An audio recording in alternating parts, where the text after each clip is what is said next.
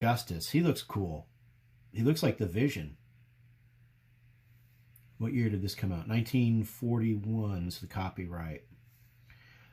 Let's see. What is this?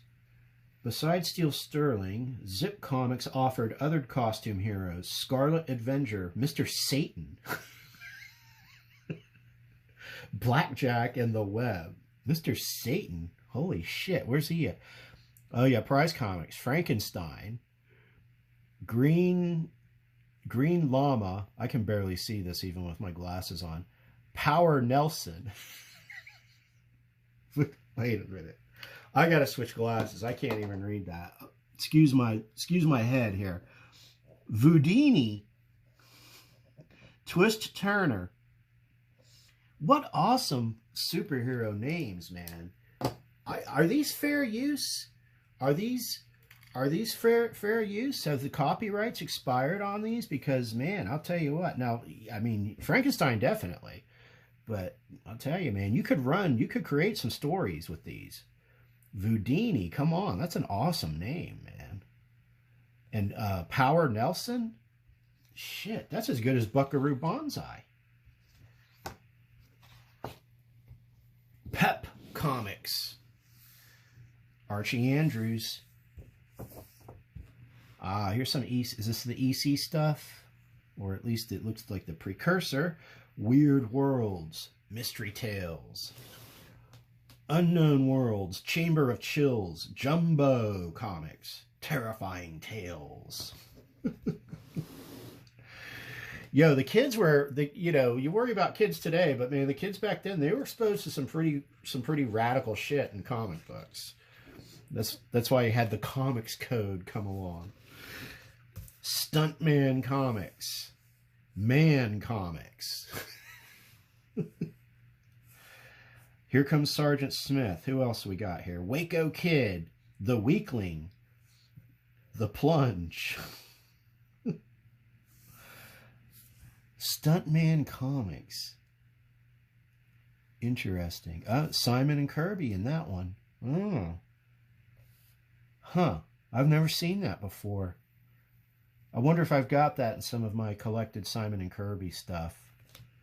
I'm sure I do. Maybe. I don't know. There's still a lot of Simon and Kirby stuff I don't have. Those guys were they were a machine, man. Those guys were cranking out comics. Battle Report, Spy Fighters, Fighting Air Force, Frontline Combat. Classic EC title. Then these comics used to pop up. A lot of them with the painted covers and stuff. But they were also sort of like photo montaged from, I guess, the television shows. I don't know. Possibly. That's what made these covers interesting. Ghost Rider, before he became the dude on the motorcycle. Black Phantom. Gabby Hayes Western. Mad Magazine. I have a copy of this. The cover, I believe, is missing, though.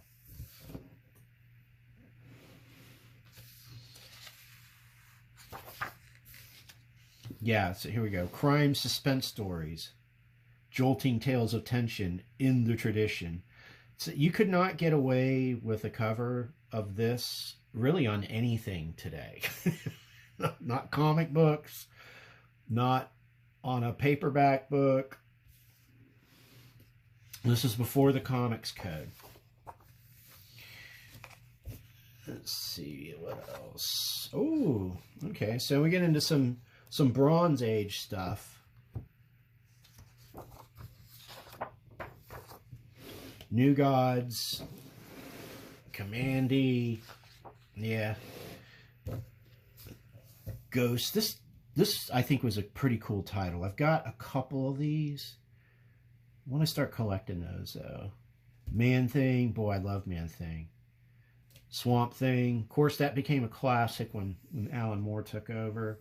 Bernie Wrightson, was that his first book? I don't remember. Probably not. I think he was doing stuff for creepy and eerie before he went over to DC to do Swamp Thing. Vampirella. Weird Worlds. I think I have a couple issues of that because I wanted to get the John Carter of Mars. This is before I think Marvel was able to do, before Marvel got the, I guess, license or property for John Carter. DC had it for a while. Howard the Duck. Master of Kung Fu. Luke Cage, Hero for Hire. I don't have any of the Luke Cage issues. I've got the where he was hanging out with Power Fist, though. Was that Marvel 2-in-1? No, that was with The Thing. But there was a long-running title with him and Power Fist that was really good in the 80s. Late 70s and 80s. X-Men 111. I'm wondering if I have this issue. I don't think I do. If I did, I bought it as a back issue. Iron Jaw. Target. Yeah, some old Atlas comics. I wonder if there's any Charlton stuff in here. Let's see. There's got to be some Charlton. Moon Knight. I've got that. I remember when that came out. Issue number 1. Really? It's getting old. Up there in the millennium. So yeah, Leonard Nimoy's Primortals. I've talked about that in the past. I've been collecting these. You can find them out in the wild for like $2. I think the thing about these, though, I think there was a lot of, if I remember the artwork in them, a lot of it, they try to make it look very, because it's techno comics, they try to make it look very computerized, sort of. But there's a lot of airbrush and stuff. The art in those books, I think, is pretty good. Hellboy Sin City, you know, we know about those. We know that they're classics. I've got that. I've got that. I've got that. All right. What else? Do we want to look at anything else? We're at 40 minutes. I know my videos are long, but I've got a lot of stuff to show. There's really no shortage of stuff to show. So, but I think we'll cap it here, and then I'll make some more videos showing off more stuff. Let's do a recent, so you don't have to stare at my table. Look at a recent thing of comic shop news. July 17th, 2024. Jenny Sparks. Never heard of her. This is backwards, isn't it? No. Is this a Marvel comic? I don't know. Fan casting Space Ghost. So I've got the first 3 issues of the new Space Ghost. It looks pretty cool. It looks pretty cool. He-Man Golden Books. You know, I was never I don't want to say I was never a fan of He-Man. I just never got into He-Man. But I love the artwork and a lot of this He-Man stuff that I've seen. So, yeah, I mean, I could get into He-Man.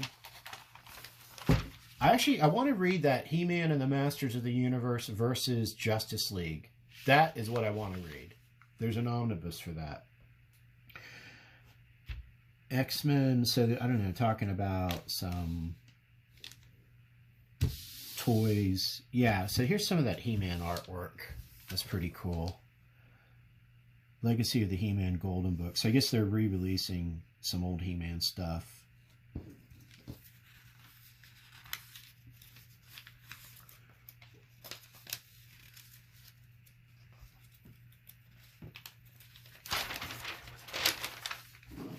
What else? Star Blazer, trade paperback. Star Blazer.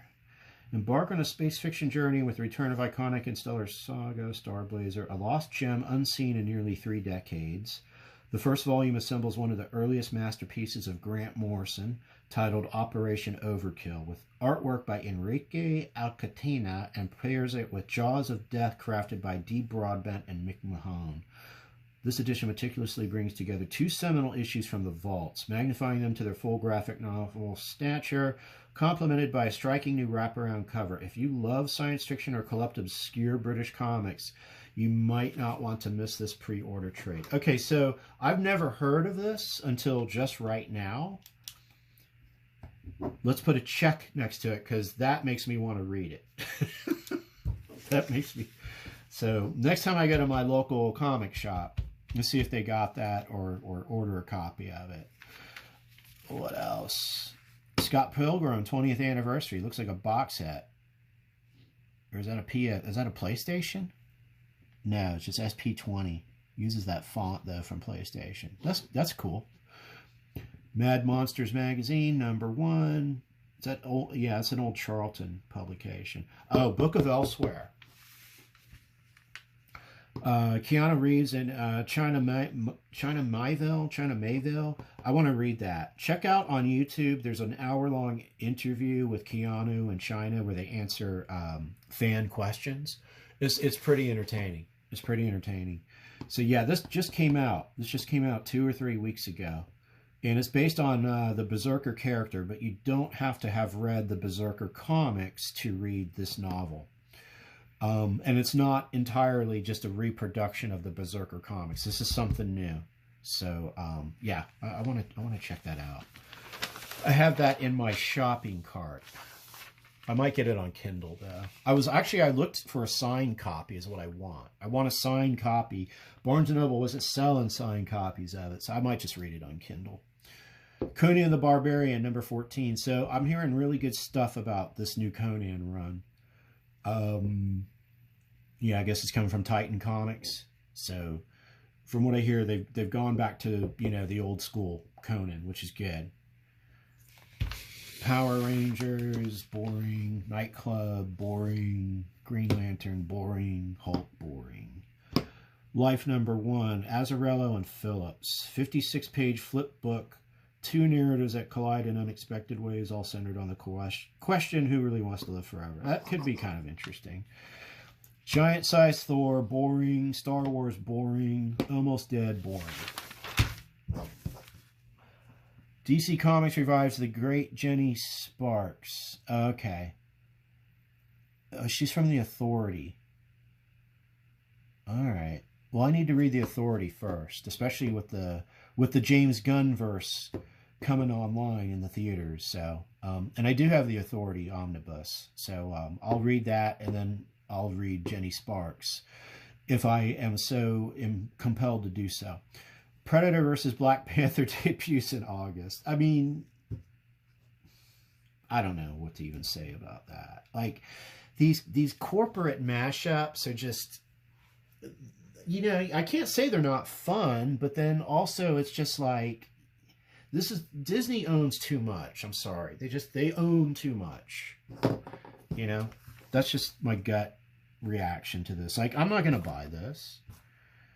You know, this was fresh like in the 80s and 90s especially, you know, when you had like I've got that Aliens and Superman, you know, omnibus, Predator versus Alien, Predator. I think I've got some Predator where they face off against Batman, maybe, or, you know. But now it's just like, okay, who else can we team up with? Who else? So what, you know, Predator versus Wolverine, Predator Last Hunt, Predator and Black Panther. You know, it's just like you just kind of round robin it through everything until there's no characters left to team them up with. You know, what's this? I don't even know what this is. Oh yeah, Ronin Book 2, issue #6.